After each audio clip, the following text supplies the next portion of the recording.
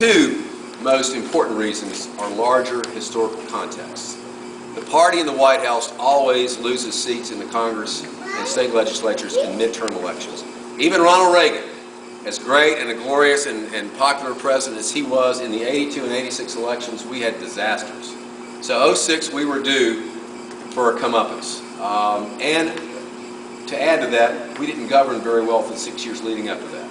I'm viscerally embarrassed that as a Republican we had a White House, we had the Congress, we had the Senate, and all we did was spend more money and grow government. Right, right. In 08 we were due to get turned out of the White House. Only twice since the 19th century have the American people not turned one party out after 8 years in the White House and selected the other party. FDR won 4 terms, Ronald Reagan won 3, the third of which was served by George Bush. Every other time in American history in the 20th and 21st centuries, after 8 years, somebody else gets a shot at it. So we were due for what came to us. Now we contributed to our losses by not governing well, by not sticking true to our conservative principles, by not vetting our candidates better. You know, the time to know when a candidate that's carrying the Republican banner is conservative is not after they get elected, it's before. So in Chatham County, when you're recruiting candidates for 2010, you ought to sit down with the party's platform and say, hey, this is what we stand for. You believe in all this stuff. If you can passionately and articulately advocate it, fight for it, vote for it, then we want you as a candidate. If not, stay in the party, but maybe we need to go elsewhere for candidate.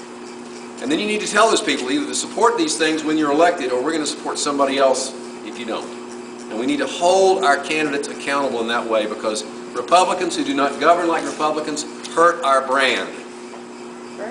And people start to question what it is we stand for and what we believe in. So it doesn't mean that we have a lockstep litmus test and you have to fit in this little narrow template. That's not what I'm saying. But there are some major things we believe in that are really important, like the right to life, the Second Amendment, that North Carolina ought to have a constitutional amendment defining marriage along the traditional biblical definition, those type things. Other things we can, we can argue about, but the main things we need to be together on. And our candidates need to represent those things.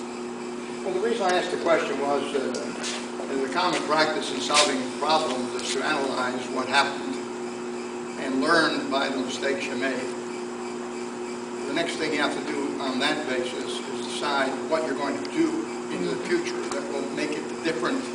Because if you do the same things in the future you did in the past, you're going to lose again. Sure. So well, Einstein said... What would you say you're going to do this year, leading this party in this I was trying to keep the question within the parameters of... But I'll give you a longer question if y'all want to stand here and hear it. Einstein said his definition of insanity was just doing more of what you're already doing and hoping you got a different result. So, first thing we need to do is raise more money. If an army marches on its stomach, a political campaign marches on its wallet. Even the volunteers need money for beer and pizzas and to hand out brochures. We're getting outraised 10 to 1, 20 to 1 by the Democrats statewide in local elections. We're not going to win that way. We have to raise more money. That is going to be one of my singular emphases. The other thing we need to do is our message needs to be clear, concise, and very conservative. Our message has been diffused, watered down. We can't tolerate moderate, mediocre, mealy-mouthed candidates anymore. Thirdly, the resources needs to go to the manpower. Players win games, not coaches. We don't win elections in Raleigh, we win them here on the ground. This is where we need boots on the ground, it's where we need the resources, it's where we need the money. And finally, we need to dramatically upgrade our technological infrastructure to compete with the Democrats. We had technological superiority in the 80s and 90s. We've lost it. We need to get it back. Our ability to communicate with voters using new media and innovative uses of communication needs to be second to none, have no equal. So, message, manpower, money, technology. Those 4 things we need to do a better job of. Right. And, we win elections with all 100 counties pulling together. My dad was a football coach and he taught me if there's 11 players on the team and 10 of them do their job and 1 doesn't, the play fails. If we have 90 counties in the state doing their job and 10 don't, we lose the election. That's what happened to us. It's why we lost the presidential election for the first time in a quarter century in 08 because we didn't have a 100 county full effort in North Carolina. Part of it was because our nominee didn't have the base behind him. He didn't... he was wrong on immigration, wrong on the bailout. That hurt us. Everything you said, I agree. You're right. And I just want to add, You and my mother are only two people who say that. when a candidate starts to act like the other candidate, and you can't see the difference, then it's mayhem. Well, And look, I'm sorry, I think McCain was like that. if you give the Democrats a choice between voting for a real Democrat or a fake Democrat, they're going to vote for the real Democrat every time. We can't out-Democrat the Democrats. We have to Can't be, hit a kidder. we have to be the conservative bulwark in America, the party of the Constitution, the party of the Declaration. We're the only people who stand for that stuff anymore. And now is our time.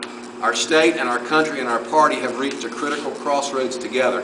This is our time. As Ronald Reagan said, if not us, who? If not now, when?